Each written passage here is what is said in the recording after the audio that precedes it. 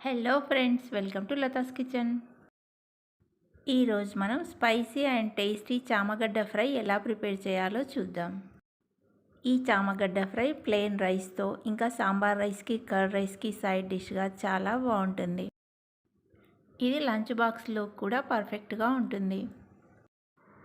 ఇలా చామదుంప ఫ్రై చేసి పెడితే మా పిల్లలు ఎంతో ఇష్టంగా తింటారండి. ఎంతో టేస్టీగా ఉండే చామదుంప ఫ్రై ఎలా ప్రిపేర్ చేయాలో చూద్దాం. ఈ చామగడ్డ ఫ్రై ప్రిపేర్ చేయడానికి ముందుగా చామగడ్డల్ని ఉడికించి తొక్క తీసి ముక్కల్లా కట్ చేసుకోవాలి.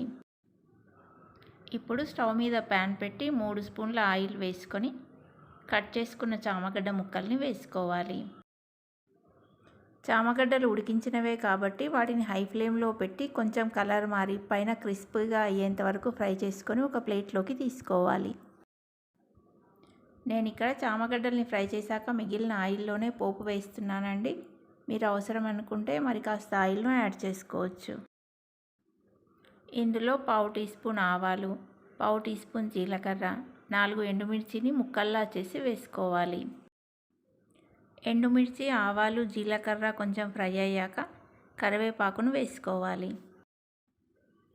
కరివేపాకు క్రిస్పీగా అయ్యేంత వరకు ఫ్రై చేసుకొని అల్లం వెల్లుల్లి పేస్టు, పసుపు వేసి అల్లం వెల్లుల్లి పేస్ట్ ఎర్రగా అయ్యేంత వరకు ఫ్రై చేసుకోవాలి.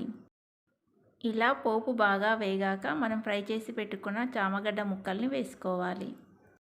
ఇందులో 1 teaspoon salt, 1 tablespoon కారం, 1/2 టీ స్పూన్ ఆమ్చూర్ పొడి, 1/2 టీ స్పూన్ వేయించిన జీలకర్ర పొడి, 1 టీ స్పూన్ ధనియాల పొడి, 1/2 టీ స్పూన్ బ్లాక్ సాల్ట్ వేసి కలుపుకోవాలి. ఆమ్చూర్ పౌడర్ ఇంకా బ్లాక్ సాల్ట్కి బదులుగా 1/2 టీ స్పూన్ చాట్ మసాలానైనా వేసుకోవచ్చు.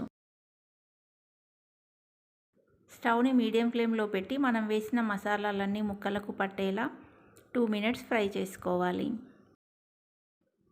చామగడ్డ ముక్కల్ని ఇలా బాగా ఫ్రై చేసుకొని చివరగా కొత్తిమీర తరుగు వేసుకుంటే ఎంతో టేస్టీగా స్పైసీగా ఉండే మన చామగడ్డ ఫ్రై రెడీ.